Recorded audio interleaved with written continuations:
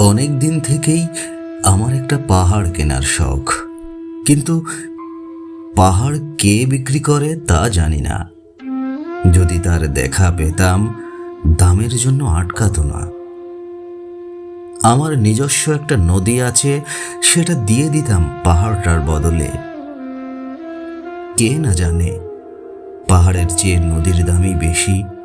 পাহাড় স্থাণু, নদী বহমান। তবুও আমি নদীর বদলে পাহাড়টাই কিনতাম, কারণ আমি ঠকতে চাই। নদীটাও অবশ্য কিনেছিলাম একটা দ্বীপের বদলে। ছেলেবেলায় আমার বেশ ছোট্ট খাট্ট ছিমছাম একটা দ্বীপ ছিল, সেখানে অসংখ্য প্রজাপতি। শৈশবে দ্বীপটি ছিল আমার বড় প্রিয়। আমার যৌবনে দ্বীপটি আমার কাছে মাপে ছোট লাগলো। প্রবাহমান চিপচিপের তন্নি নদীটি বেশ পছন্দ হলো আমার। বন্ধুরা বলল, ওইটুকু একটা দ্বীপের বিনিময়ে এত বড় একটা নদী পেয়েছিস, খুব জিতেছিস তো মাইরি। তখন জয়ের আনন্দে আমি বিহ্বল হতাম। তখন সত্যি আমি ভালোবাসতাম নদীকে।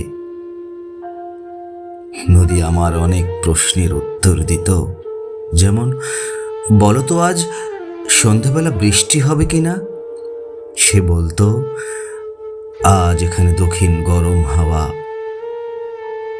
শুধু একটি ছোট্ট দ্বীপে বৃষ্টি, সে কি প্রবল বৃষ্টি, যেন একটা উৎসব। আমি সেই দ্বীপে আর যেতে পারি না। সে জানতো, সবাই জানে, শৈশবে আর ফেরা যায় না। এখন আমি একটা পাহাড় কিনতে চাই।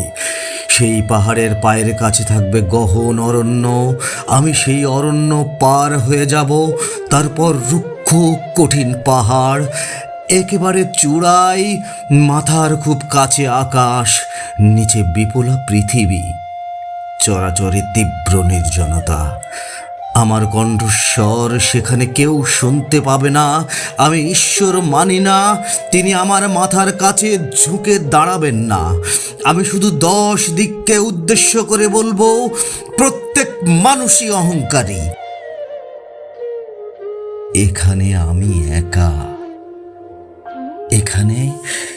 এখানে আমার কোনো অহংকার নেই। এখানে জয়ী হবার বদলে ক্ষমা চাইতে ভালো লাগে। হে 10 দিক, আমি কোনো দোষ করিনি। আমাকে ক্ষমা করো, ক্ষমা করো, ক্ষমা করো।